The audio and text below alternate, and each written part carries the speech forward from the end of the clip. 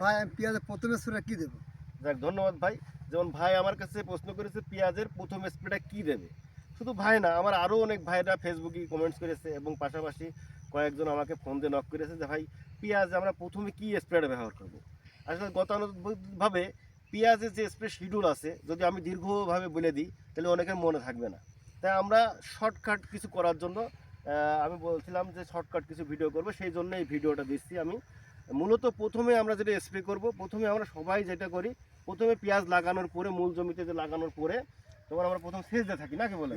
সেচ দেওয়ার পরে জো হওয়া পর্যন্ত আমরা কিন্তু কোনো কিছু ব্যবহার করি না। প্রথমে আমরা কিছুই ব্যবহার করি না, কিন্তু একটু বসি আমরা একটা কিন্তু বিষয় হয়েছে কি, যখন জো হয়ে যায় দ্বিতীয় সেচ যখন আমরা দিই, দ্বিতীয় সেচের আগে তখন একটা সবাই স্প্রে দেয়। কেন দেয়? অনেক সময় গোড়া পচা লাগে, গাছের আগামরা পার্পল ব্লসের লক্ষণ দেখা যায়, তারপর দোষক পোকার আক্রমণ যাতে না হয়, যাতে সেচটা দেওয়ার পরে বসে না পড়ে।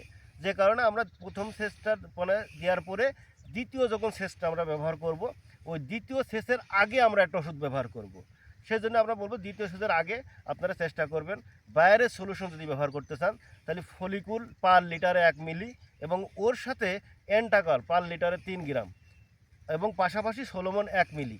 যদি এইভাবে যদি আমরা প্রথম স্প্রে ওই দ্বিতীয় সেচের আগে দিই তাহলে আমার গাছটাও ভালো থাকবে, রস দিলে বসেও পড়বে না, কালার ডিসকালারটাও আসবে না এবং গাছের চেয়ারটাও ভালো থাকবে ইনশাআল্লাহ। ফলিকুর, এন্টাকল এবং সোলোমন এই প্রথম স্প্রেটা আমরা এই ওষুধটা ব্যবহার করব। দ্বিতীয় ওষুধের স্প্রেটা আমি পরবর্তী আপনার ভিডিও জানাই দেবো। আজ আমি এখানেই ধন্যবাদ জানাচ্ছি। আসসালামু আলাইকুম। ওয়ালাইকুম আসসালাম।